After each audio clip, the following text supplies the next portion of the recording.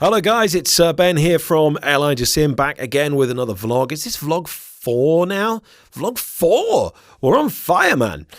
So let me tell you a little bit about some of the things that have been happening in our crazy flight sim worlds over the last week. Are you a fan of old ladies? And I don't mean that in a kind of weird way. What I mean is, are you a fan of grand old ladies from the flight sim world? Well, if you are, you're in for a bit of a treat, because PMDG this week have broken cover with some more previews of their DC-6 for X-Plane. Kyle, who's one of the guys from PMDG, has made a really cool YouTube video of him flying the DC-6 over the USA. Now, I'm a big fan of X-Plane. There is an awful lot to like inside the platform. There are some kind of weird things. You know, the weather's kind of weird, and at some times of the day you often find the kind of clouds all go kind of like a weird reddy purple color, and it looks a bit like there's been some kind of nuclear war. But if you ignore some of the kind of oddities, there is an awful lot to like in X-Plane as a platform, and I'm very, very excited to see, for example, what PMDG come up with the DC-6, and also IXEG, who are working on a 737 Classic, the 300 model. That looks absolutely amazing, and there are some really good YouTube videos by one of their developers who knows the airplane incredibly well, because he actually flew it in real life, which I will include in a description on the bottom of the video. So go and have a little look at those. Now, let's talk about regional props and regional jets for a moment. Now, of course, as you'll know, I'm a big fan of the Dash 8. I even went off and we made the Cadet series, the training series, with a real Dash 8 pilot, so I know the airplane pretty well.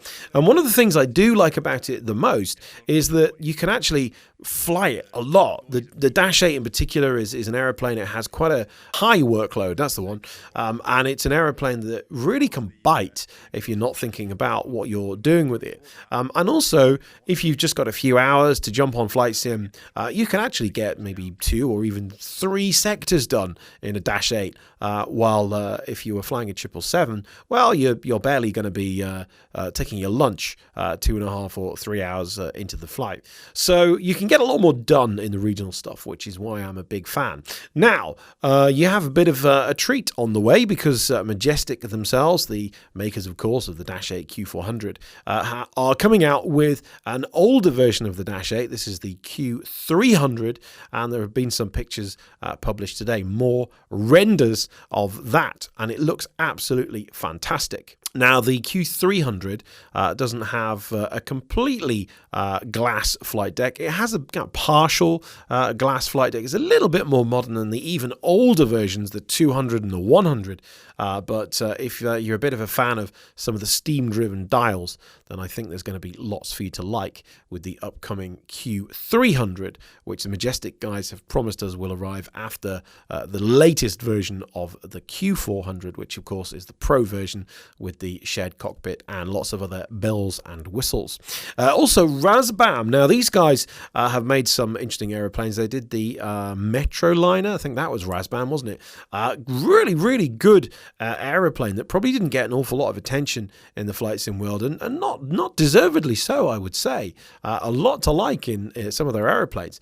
They're also making an ATR. Now, ATR is, of course, a very similar aeroplane to the Dash 8, made in France by ATR themselves, Avion Transporti, I don't know, something in French. And it's a big selling aeroplane. I think it's actually done a little bit better than the Dash 8 in terms of sales.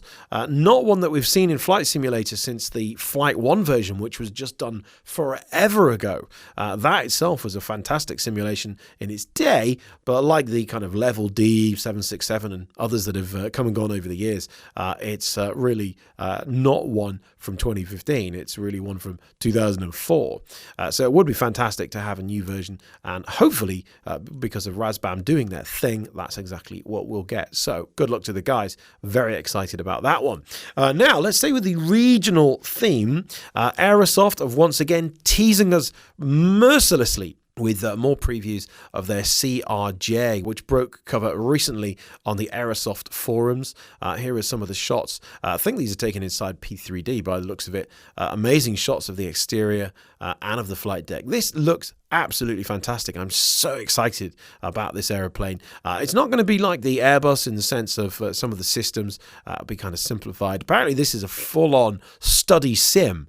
This is the real deal with all the systems and everything else. And I think we definitely will need to get our hands on a CRJ pilot to bring you some real training with this one, because it's a product of Bombardier, which is also the same company that make the Dash 8. And I'm pretty sure there'll be a bunch of stuff in this aeroplane which will catch you out. And it will be very different to fly to an Airbus or a Boeing. So we're excited about that. CRJ from Aerosoft, it's coming down the tracks, and hopefully it will be with us real soon. Now, finally, the other thing that I wanted to talk to you about today was the iFly 747. Now, I bought it when it first came out, and I installed it, and I didn't really stick with it for a variety of reasons. Now, there is apparently a big update coming out for this aeroplane pretty soon, and it's supposed to be addressing some of the issues that perhaps you've had with it if you've got it yourself. There's a lot to like in this aeroplane, so I thought maybe we would take a little trip to Hong Kong and have a closer look at the iFly 747-400. So here she is then, the Queen of the Skies, on the ground at Hong Kong. This is Taxi to Gates version of Hong Kong, which of course was built on an island, wasn't it? They sliced the top off an entire island to build it, and it really is an absolutely amazing scenery. It's definitely worth investing in if you're a big fan of operating into a big hub. Look at the detail. Look at that little puddle there on the ground. Absolutely fantastic.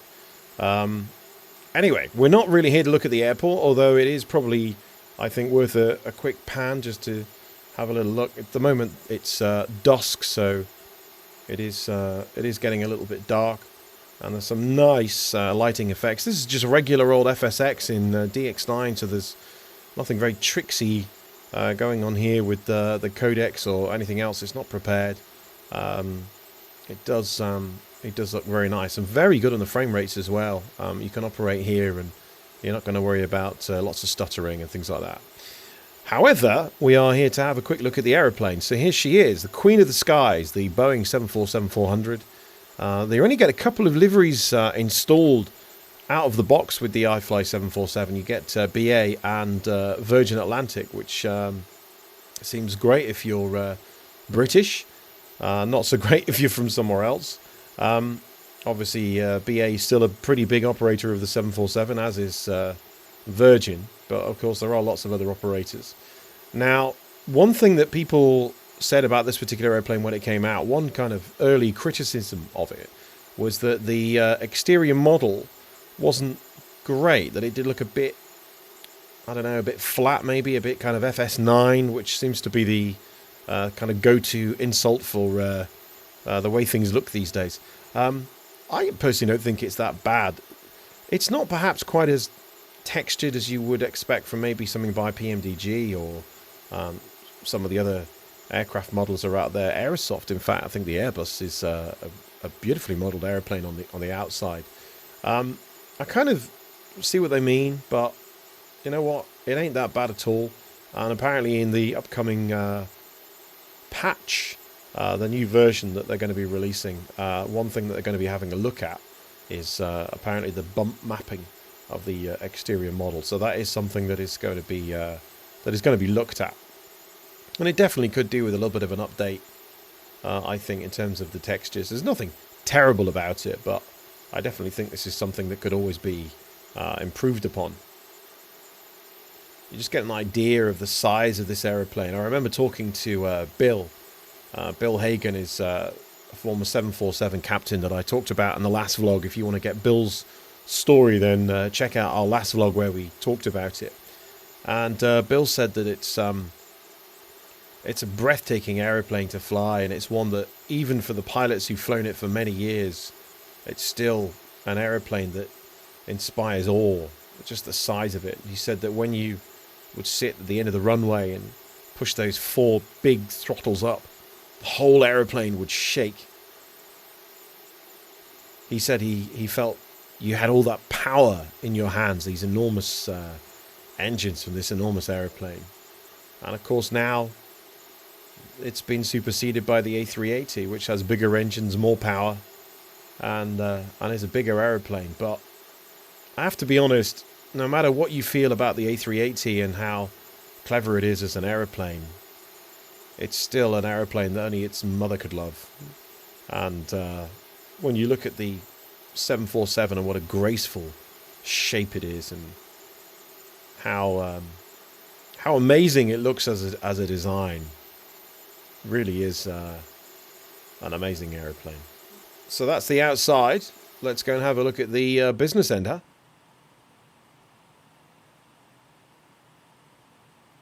One thing I am doing, as you'll notice, is that I've got the frame rate counter up in the corner. The first thing you'll notice, which I think is probably the biggest kind of challenge with this aeroplane as it stands at the moment, is that the frame rates are not brilliant. In the 777 or the NGX, or certainly the Dash 8, especially the Dash 8, certainly expect 30 frames just sitting in the VC on the ground here, because there's no traffic outside at the moment. I've switched off ultimate traffic just to help us out a little bit. As you can see, we are kind of struggling a little bit, a little bit kind of jerky as you kind of, pan around. It's kind of going down to 26, 27. It's not great. I would probably want a little bit more. Now, thankfully, in the upcoming patch, one thing that they are going to have a look at is optimizing some of the stuff here in the flight deck. So it says performance optimizations, including a choice between 2D or 3D panel to save VAS and decrease the risk of an OOM. I don't know who's still flying with a 2D cockpit in 2015. Certainly not something that I would want to do. But if that's you, if you're still a flyer of 2D type, you're old school, certainly, then you're going to be in luck. They're also apparently looking at the performance of the aeroplane in the way that it handles and it flies. And they're saying that you'll now have the feeling of flying a 747 more than ever. And it's now more stable. There's been an issue apparently with false wind shear warnings. They're going to sort that out. They've also revised a lot of the engine and the APU logic as well. And one thing that they're going to fix, which, oh my God, I can't describe how happy this makes me.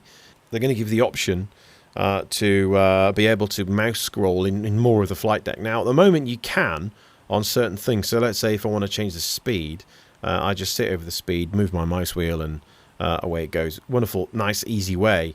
But you can't actually do that for everything. So certain things. So let's go up here. And let's say we want to change the lighting. Yeah, I'm scrolling. That's just doing nothing. You've actually got to click on it. And it can be all a bit annoying. So yeah, you've got to kind of hold the mouse down. You can't, if you scroll on that, it doesn't do anything. So as I understand it, they're going to improve the support for mouse scrolling, which makes life a lot easier. If you remember back in our Q400 training, if you watched it, you remember Josh saying that how difficult he felt it made life for virtual pilots due to the fact that you were having to select things with a mouse and everything else. And we didn't have the kind of tactile feedback that you've got in the real aeroplane of actually reaching out and touching a button. So the easier that developers can make it to do stuff in the flight deck, then that obviously makes life a lot easier for us. Other things are going on as well. Revised bump maps, exterior texture enhancements, updated models, new reflections as well on the windows and the exterior model, and the wing flex, because I know that you guys are crazy about wing flex. That's also something that's going to be improved as well.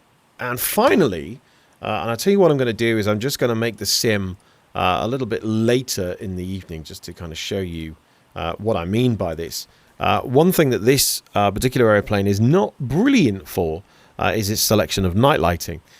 You can pretty much have it kind of bright or dim. There's not an awful lot in between. So if you're expecting a kind of PMDG style kind of uber tuning of the way that the flight deck is lit at night, you're going to be out of luck. So the storm light doesn't actually do anything. If I turn the dome light off, then as you can see, we are kind of sitting in darkness here. That's it. So it's kind of like all or nothing. So I can dim these things. So let's say if I want to dim down the glare shield and the panel, so do that, obviously that's all gone dark. And if I dim down the overhead panel, then we really are now fumbling around in the dark. Let me just light that one back up again. I'll light that one back up again. And as you can see, this is not really light enough for me. I think even, you know, at night when you wanted to admire the moon outside, this is still a bit too dark for me. So you've got to turn on the dome light, and the dome light does give you a lot more light, but certainly the lighting selections are a lot less satisfying than they are in other aeroplanes. And apparently they're going to be overhauling a lot of the lighting selections to give you a better variety of light. As far as the systems modeling goes, I don't know enough about the 747. One day, at some point, we'll have a 747 pilot to come along and explain to us about everything that's going on up here, and we can have a see just how accurate it is. But it certainly seems to do the job. The APU's on. Let's just stick the APU on.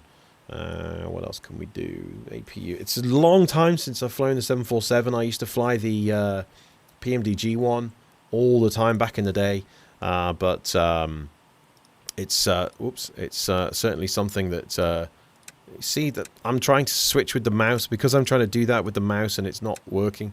You got to do that and do that. There we go. So we've got some packs coming on. Whoops, I've reset the fans. Trim air. I can't even remember what all this stuff does.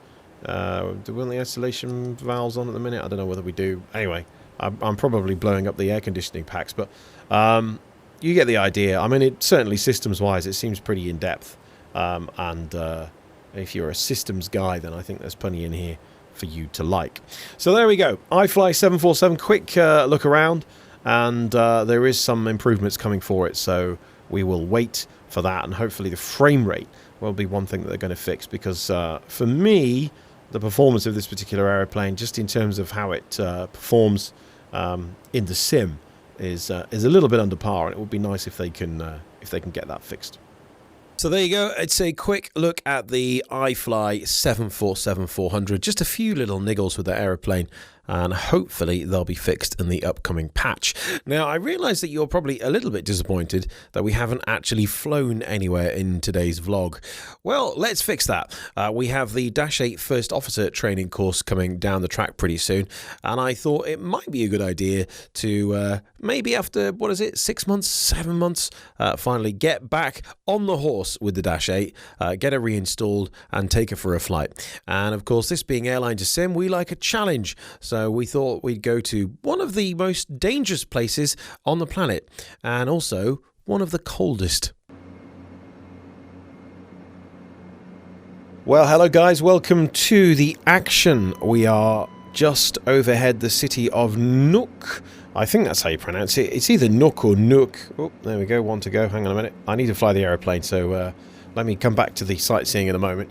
We're just coming up to 10,000 feet, which is the top of climb for this little flight out of Nuuk, I think it is, in Greenland. I'm just pulling the power off a little bit so that we don't bash into the 10,000 altitude that we've got set. The Q400 does have a habit, because it's a little bit rough and ready in terms of the autopilot. Sometimes if you've got all the power sitting on and then you come up to the 10,000 feet you've got selected, the airplane really bashes into it and then pushes the nose down, and it's not very pleasant for the passengers. So a little trick from the Q400, which I'm sure you remember from our cadet training if you watched it, is just to pull the power off a little bit when you come up to a level off on the altitude. Now I'm just going to pour a little bit of power back on and speed us up to about 250 knots. I'm a little bit rusty on the Dash 8, I'll be honest with you. I've been flying the 777 for so long now in preparation for our 777 training course. It's ages since I've had an opportunity to fly the Dash 8, and it's really interesting to see just what a big workload you've got with this aeroplane, especially compared to the 777, where it's doing a lot more of the job for you. In the Dash 8, there's so much more to think about. You've got to do the throttles by yourself. You're also looking at the power levers as well. There's an awful lot going on. Like at the minute, you see the aeroplane is now speeding up towards the red line, so let's bring the speed back now.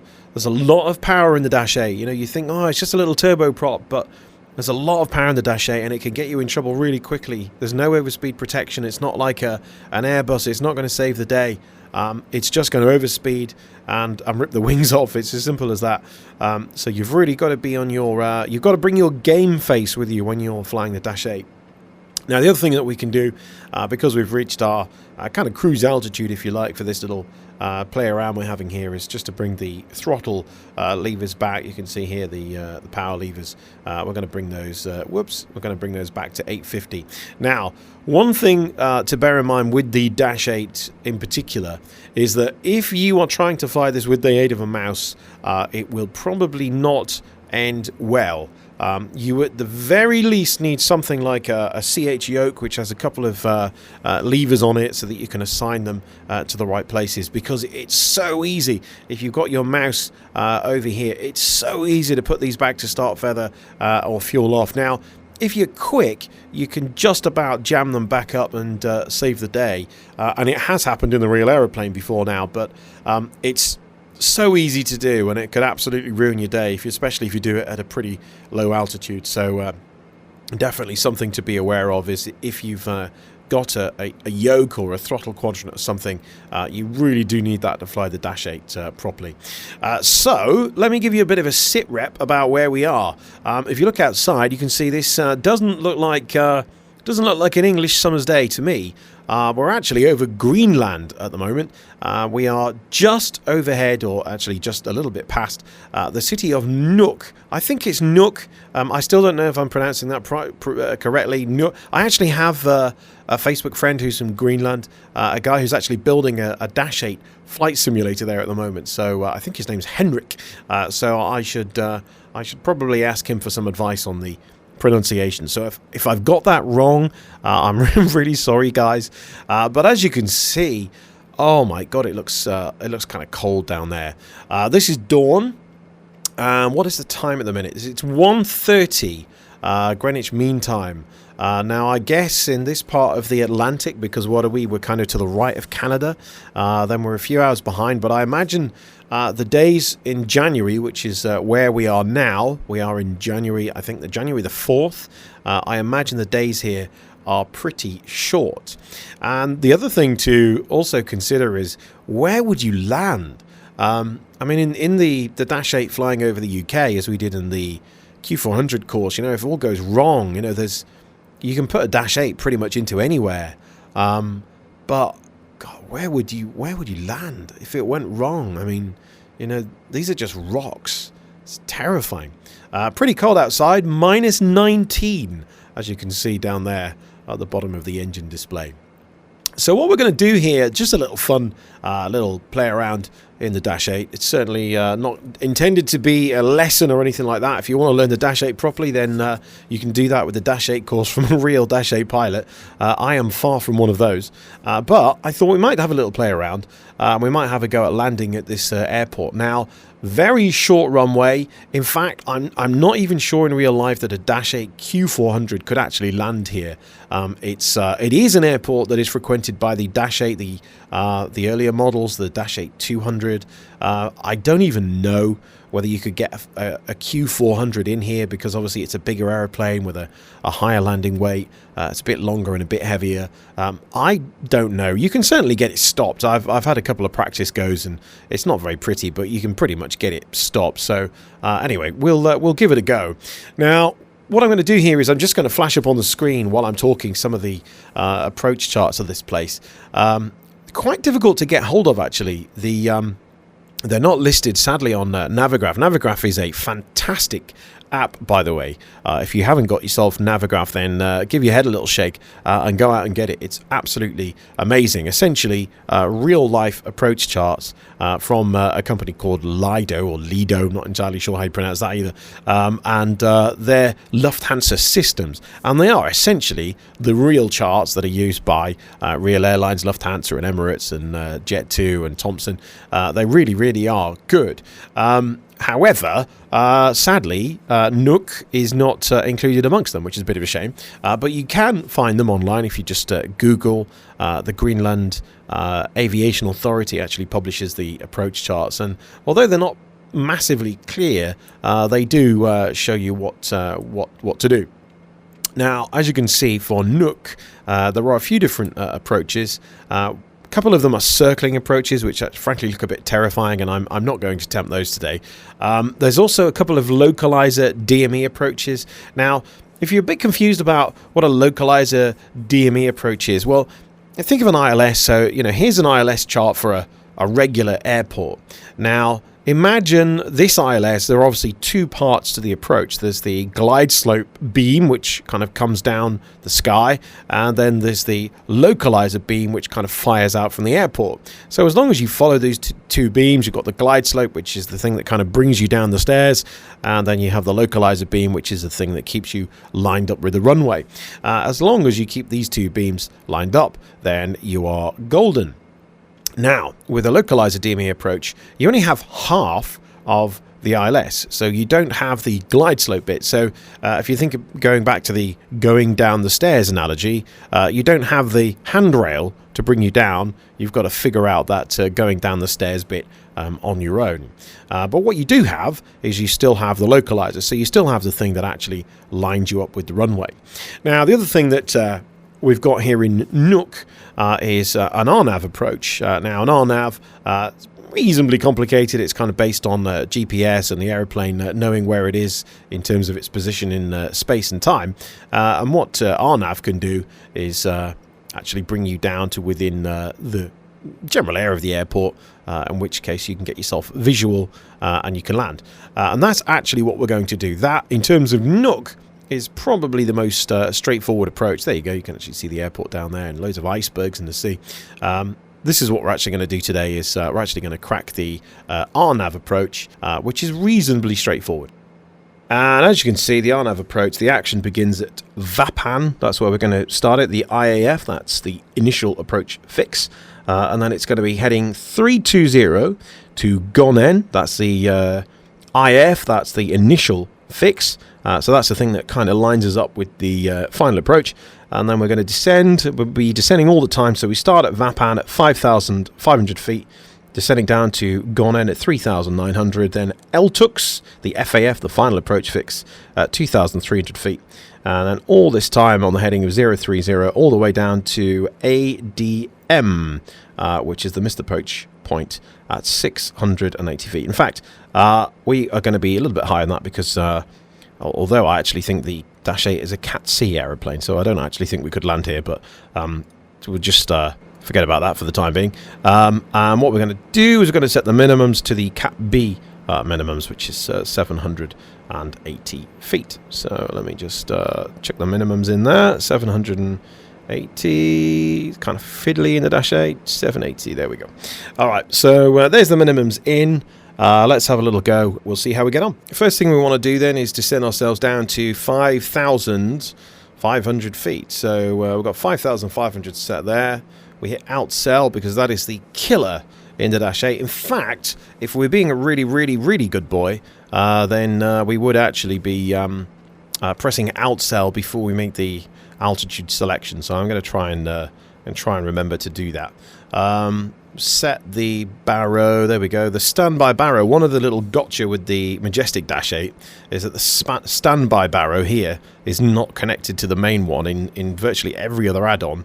If you change the main barrows, if I change that, then that changes that one. As you can see, that one hasn't changed at all. So you've got to remember to do both. It is a little gotcha from the Dash 8 that you've got to be mindful about. So there we go. Just reset that back to 999, which is the emergency number, by the way, in the UK. That's the same as 911 in America. So we may well be calling 999 by the time I land. So there's the airfield straight ahead of us. There's Nuuk.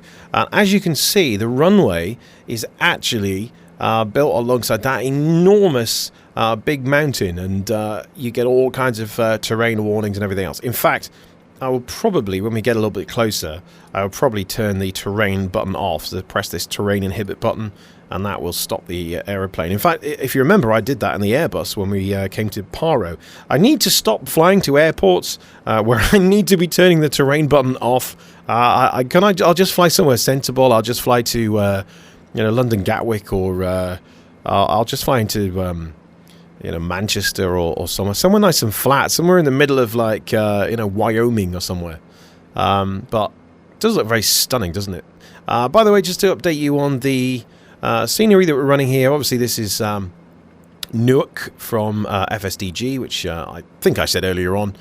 These are also Rex soft clouds, and I don't know whether the rest of Greenland is kind of added to by FSDG. I'm not entirely sure. As far as I know, this is probably kind of as it comes out of the box. I'm running FTX Global. Again, I'm not entirely sure whether it makes a difference to the textures up here, but I don't know. Maybe somebody can tell me.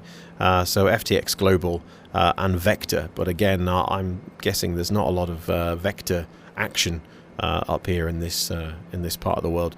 The water has been changed a little bit as well. I'm using a little thing called FS Water Configurator, which is a really nice little app in which you can essentially change the color of the water on the fly. You can actually change it and then reload the sim, and it actually does it live in front of you. As long as you just minimize the sim and then go back to full screen, and you actually see the color of the water change. I've gone for quite a dark color because I really dislike the kind of bright blue water that you get in Flight Simulator. It doesn't really look like that in many places in the world, certainly not here. So I've gone for a very dark, almost kind of dark purple, almost kind of blackish kind of water, because for me that looks kind of nice. But it is very nice scenery and lovely frame rates as well. One thing about the Dash 8 is that you'll see that frame rate counter just doesn't move from 30. You can fly it pretty much anywhere, and you'll have frame rates like this. You'll be very impressed. Now, because I'm chatting to you and not concentrating, we've actually run past the top of descent point. So what I'm going to do, I'm going to put us into a little descent, and you can actually see now on the vertical path, we need about 1,700 feet a minute to catch the path. So let me do this. Chatting and not concentrating could get you in a lot of trouble in an aeroplane. So let me do that. And of course, because we're doing this now, the airplane's speeding up. Once again, the Dash 8 doing its level best to kill you. So there we go. We're in the descent now. What I'm going to do is I'm going to press VNav, and then once we then get back on the path, then it will automatically capture it. Now, the other thing that you'll notice is that we are flying on a bit of a wonk. Do you notice how those the two little white marks here above our artificial horizon have all gone a little bit wonky? It's basically because of the rudder trim, which is something to catch you out in the Dash 8. Because we pulled all the power off, it's all gone out of trim. So what we do is just put a little bit of left rudder trim in, and there you go. And you can see it's kind of got a bit wonky again. Maybe I've got a little bit too far. So there you go. I mean, it doesn't make a... that looks pretty good. It doesn't make a huge amount of difference to flying the airplane in the sim, but it just means that the back of the airplane is kind of out of trim with what the engines is doing, and it is nice to try and keep that in the center. And you'll notice that when we come down into the approach, there you go, it's captured the VNav path now. You'll notice when we get a bit further on in the approach that once I pour some power back on, which I'm probably going to have to do in a moment, to be honest, you'll notice that it'll go a bit wonky again. In the real Dash 8, the pilots, every time they move the throttles up and down, their hand automatically moves to the rudder trim and starts trimming it. So the Dash 8 is one of those airplanes with, especially in real life, an incredibly high workload, in that you're not only trimming it forwards and backwards like any other airplane, but you're also trimming it in the rudder sense as well. Right, we need to keep descending. I'm going to get my little approach chart out. It's a bit dark in my office, and it's the smallest chart in the world. Is it 3,500 feet? Is that right? 3,500 feet. Okay, so there we go, 3,500 feet. And it will probably say it on the flight plan page. 3,900 feet. There you go. I need to put my glasses on. Right, 3,900 feet. Right. So here you go. This is a very typical Dash 8 arrival. There's an awful lot going on. There's an awful lot to think about. The airplane's not really doing a lot of the work, so I need to keep the heading bug lined up with where we're going in case it disconnects, which it may well do because this is a Dash 8. I also need to keep an eye on the speed, which is now dropping below about 200. We'll probably keep it about 200 knots for the arrival. And we also need to make sure that we stay on the path. So there you go. You can see the pink line there is just kind of moving around. So with a bit of luck, the airplane should start to nose itself down. Yeah, there we go. Everyone loves the Dash 8. So Probably a wee bit fast, actually, so we may well have overshot the VNAV or the RNAV arrival path a little bit. So what I'm going to do is I'm going to get to slow down a little bit. And also, because I've got my handy Airline2Sim checklist here, I'm also going to start running through some of the checks. So the altimeters are on 999, that's done. Fuel transfer is off, the fuel pumps are on, the hydraulics are on, and normal. Passenger signs are on. There we go, one to go. The passenger signs are on, yes they are. Oh, it gets busy, doesn't it? Right, so we need to keep the descent coming down. Where are we next? 2,300 feet. There we go. Okay, a little bit of power. A little bit of power. There we go. About 180, that'll do us for now. What you want to do with the speed in the Dash 8, because there's no auto throttle, is you just want to kind of hold the throttle. So if I pull some power on, watch that, the speed trend. If I pull a bit of power off, whoops, a bit too much. See what happens with the little arrow. What you want to do is you kind of want to get that arrow stopped. So if that arrow is not moving up or down, then you kind of got it about right. That's kind of what you want to do. Let me finish the approach checklist. Caution and warning lights. That's just having a look at this big panel here. They are clear. And have we got the cabin yet? Well, there's no passengers on board today, but I'm hoping that if we did, then we would have had the cabin clear caution by now. We would have had a little ding-dong from the captain, and the stewardess would have said, cabin is clear. Right, in the landing checklist, because we are nearly there now, ice protection, well, we've got all the icing on, but we're not in icing condition, so we don't need to add anything to our arrival speed, which is 133. The landing gear's not down yet. The condition levers I'm going to leave for the time being, and the flaps and the bleeds. So let me just do that. So the bleeds are on min, because we didn't actually get a chance to turn them on in the after takeoff flow, which was a little bit naughty, but never mind, ignore that. So the other thing that we need to do is, there's one to go, so we're going to push the power, the condition levers as they're actually called, we're going to push those up. What we're also going to do now is we're going to drop one stage of flap, because we're below 200 knots, so we're not going to rip the flaps off.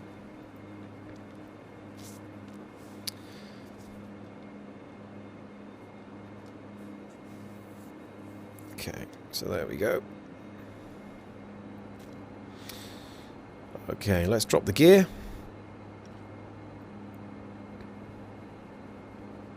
See, this is where the Dash 8 gets busy. And it's still doing the flying. Alright, okay, that's fine. And we'll go to flap 15 now.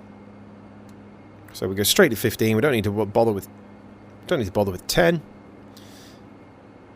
Okay.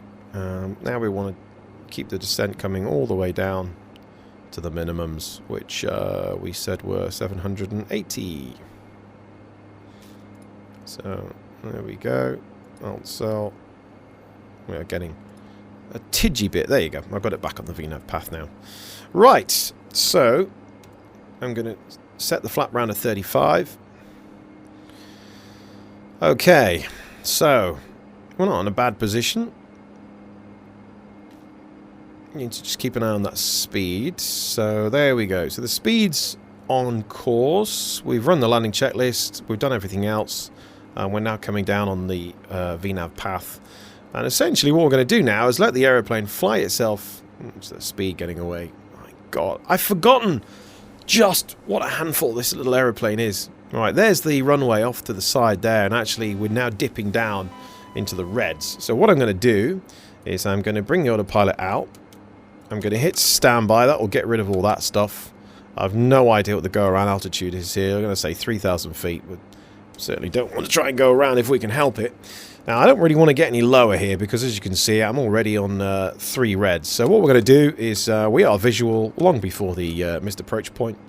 So what we're going to do here is we're going to continue to fly over to the middle of that little bay, which is right in front of us.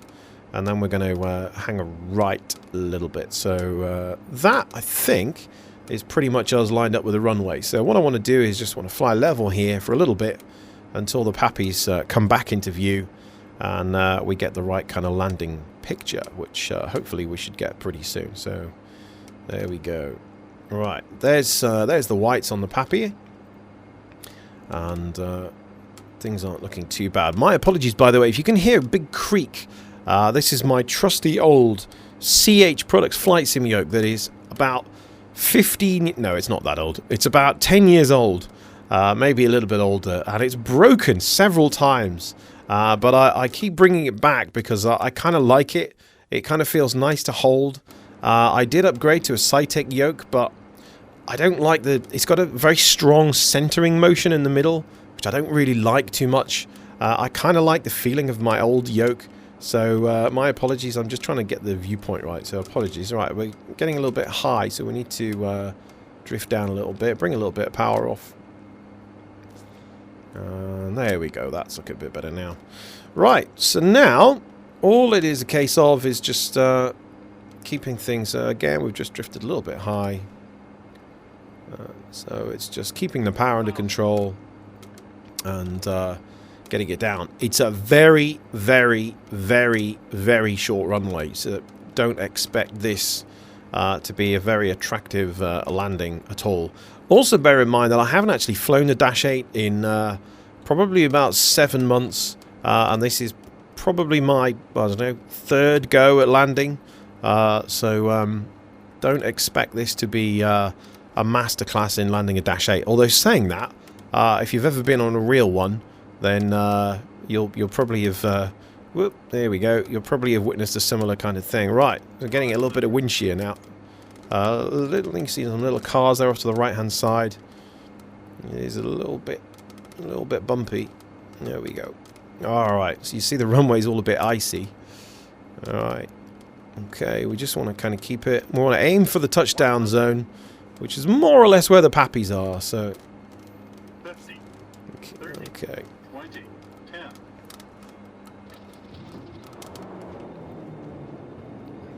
Okay, and we're down. Ooh, that was pretty tense. All right, we're down. Welcome to Greenland. Nuuk in Greenland. Anyway, now as you can see, the Dash 8's helpfully iced up the captain's side window, so I can't actually see outside to turn around. That's very helpful of it, thank you. Let's just turn around here. A little bit of power, keep us going, just get the nose wheel right to the edge of the pavement there. It's okay, we're still on the runway. Okay, whoops, overshot a little bit. That's another thing, is that the Dash 8 is very sensitive when it comes to taxiing, unlike the 777, which really does give it a sense of its size. You know, you just literally need to kind of tickle the pedals. I'm actually steering with the rudder pedals rather than the joystick axis, which I know not everyone is a fan of, but I kind of prefer it. All you've literally got to do is just tickle the rudder pedals, and it starts to move. Look, I mean, that's literally about, you know, kind of a centimetre of movement, or a fraction of an inch for you Imperial guys in the US.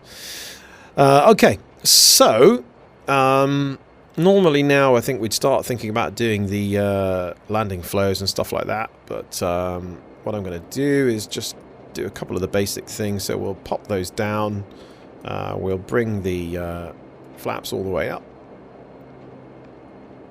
and we don't really want to do anything else just yet because I need to concentrate on getting us off the runway. Pop the taxi light on.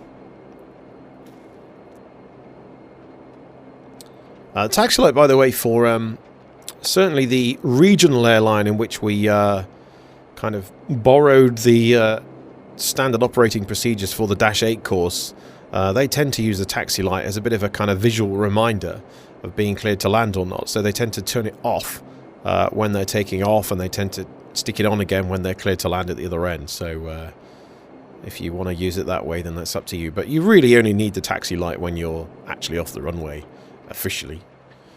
Depends. Different airlines have different procedures on these things. Right, so got the landing lights off, got the exterior lights onto red. Now I'm going to bring ourselves just over the yellow line here, because we're still technically on the runway at the moment. So let me just get ourselves past that. Okay, that'll do us. I'll just very quickly run the after landing checklist. So the control lock's on, collision lights are on red, flaps are at 0, the weather radar, because I don't want to fry anyone who's out on the apron. Weather radar is off, the fuel pumps can come off, and the flight taxi switch, I've already put that to taxi. The main bus tie needs to go to tie. And the other thing is that your damper can now come off as well.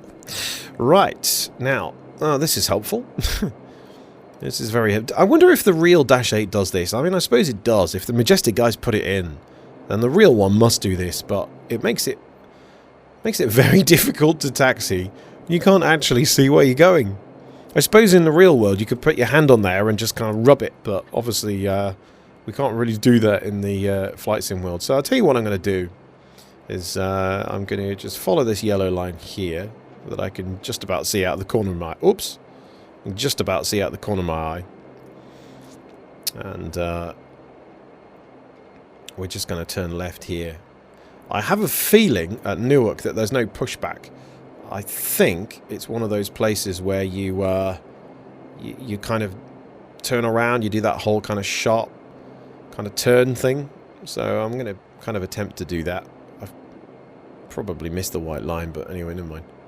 There's the line. Let's follow that around, follow that around, follow that around, follow that around, so that we're at least pointing in the right direction for the departure.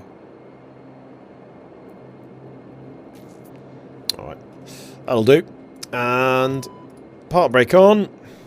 Right, so this is where we put the... No. So, come on, Ben. Right, they're supposed to go to fuel cutoff rather than off. And then start the timer. And then you can do the rest of the shutdown checklist. So, park and brake is on.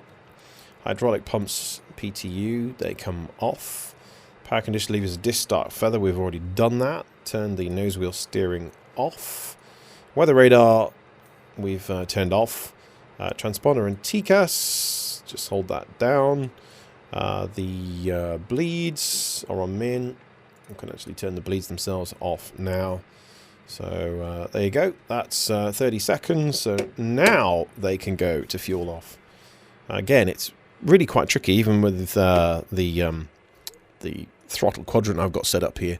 Passenger signs, they can now go to off, and the lights and battery master as required. Right, there we go. So welcome to Nuuk. Actually, one thing I'm going to do, I can't show you, I'm not allowed to show you, this is the head-up display, by the way, which is part of the beta version.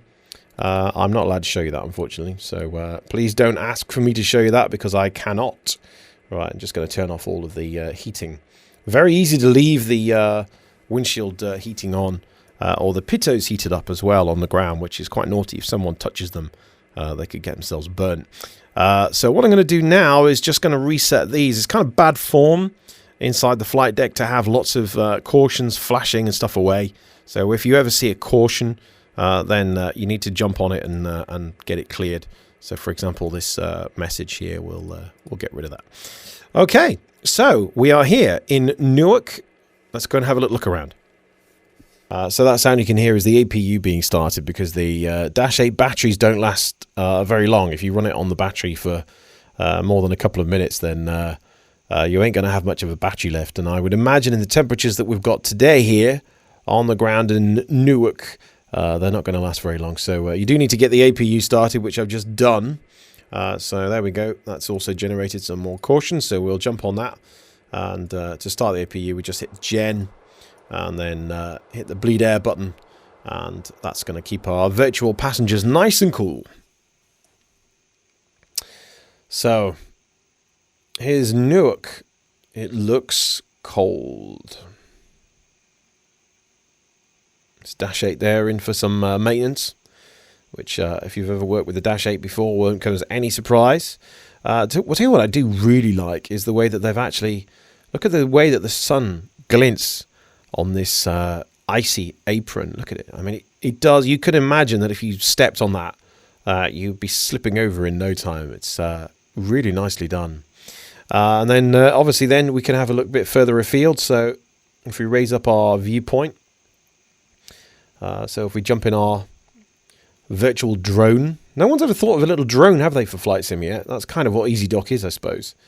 Then we can actually have a look at a little bit of the detail of the terminal. You've got these cars driving around, which is kind of nice. Got this huge big mountain in the background that I told you about, that I imagine is pretty terrifying in the real one, especially at certain times of the year. And then that's the terminal building itself over there. And lots of 3D modeled cars over there too, which is kind of nice. And then those icebergs that we were talking about earlier on, all out to sea. And then the city itself, which is, also modeled. So there's a bit of construction work going on over there. Is it some kind of mine? I'm not entirely sure. Need to ask my man from Greenland and find out what the story is there. And then all of the buildings of the city heading out there. I wonder what this is like as a place to live. It's crazy, isn't it? I can't imagine there's a Starbucks or a McDonald's or a KFC. I mean, I'm not saying that you need a Starbucks or a McDonald's or a KFC, but I imagine life here is pretty different to that most of us living in Europe or the USA experience. But what a place to live, though. Can you imagine the sights, the things that you would see? So lots of traffic here, dynamic traffic, there you go. And as you can see, the frame rate's really good. We are still kind of technically, if you like, in the dash, we're still kind of connected to the model of the Dash 8 here. But, the frame rates haven't shifted. I mean, if you looked at the frame rate counter, we've been on 30 all the way, even when the airport itself loaded, even kind of looking back at the airport. One particularly scary thing that you probably noticed is the runway lights kind of protrude out into the sea. And they are actually quite a lot higher than the level of the runway. When you're barreling down the runway, all you can see is these huge runway lights at the end, which is absolutely terrifying. So you got some cars here parked at the terminal. Some of them look a bit frosty. Some of them look like they've been here for a little while. And that's quite a nice detail, really, isn't it? That they even make the cars look like they've been sat in the car park for a while. And you can even see this flag as well. You can see this flag just gently waving in the wind. Really nice touch. So let's head over to the check-in desk. I like the way that the cars in the car park are kind of recognizable. I think that's a BMW X3, Jeep Cherokee, Range Rover Sport, Peugeot, a couple of big American cars. GMC is that. Mercedes. Is it M-Class, is it? The SUV version. There's even somebody in Greenland here driving a Fiat 500, which is quite impressive. So here you go. Here's the check-in desk. So when you arrive at Nuuk Airport, maybe you arrive by taxi. This is where you'd be waiting, or maybe you'd be heading in there into one of these places and rushing out of the cold. We've even got an air conditioning unit on there. I can't imagine it gets that warm, but maybe there's times of the year when they need air conditioning in Greenland. Who knows? All right, so we've checked in, and we've managed to come and have a little wander around the airside area. So this is Air Greenland's maintenance hangar with a broken Dash 8, undoubtedly. Maybe somebody didn't press the outsole button. This hangar, it's nicely modelled, all the texturing inside, and quite a nice detailed model as well of the Dash 8 inside, which undoubtedly is broken, as many Dash 8s seem to be, but this is a really nice attention to detail inside here, and lovely lighting as well. Very nice. Very nicely done. Must be a bit quiet in here, though, today. I guess there's... maybe it's a Sunday. There doesn't seem to be a lot of maintenance work going on. And then there's a bit of traffic on the apron as well. Really nice. Look at the sky. It's amazing, isn't it?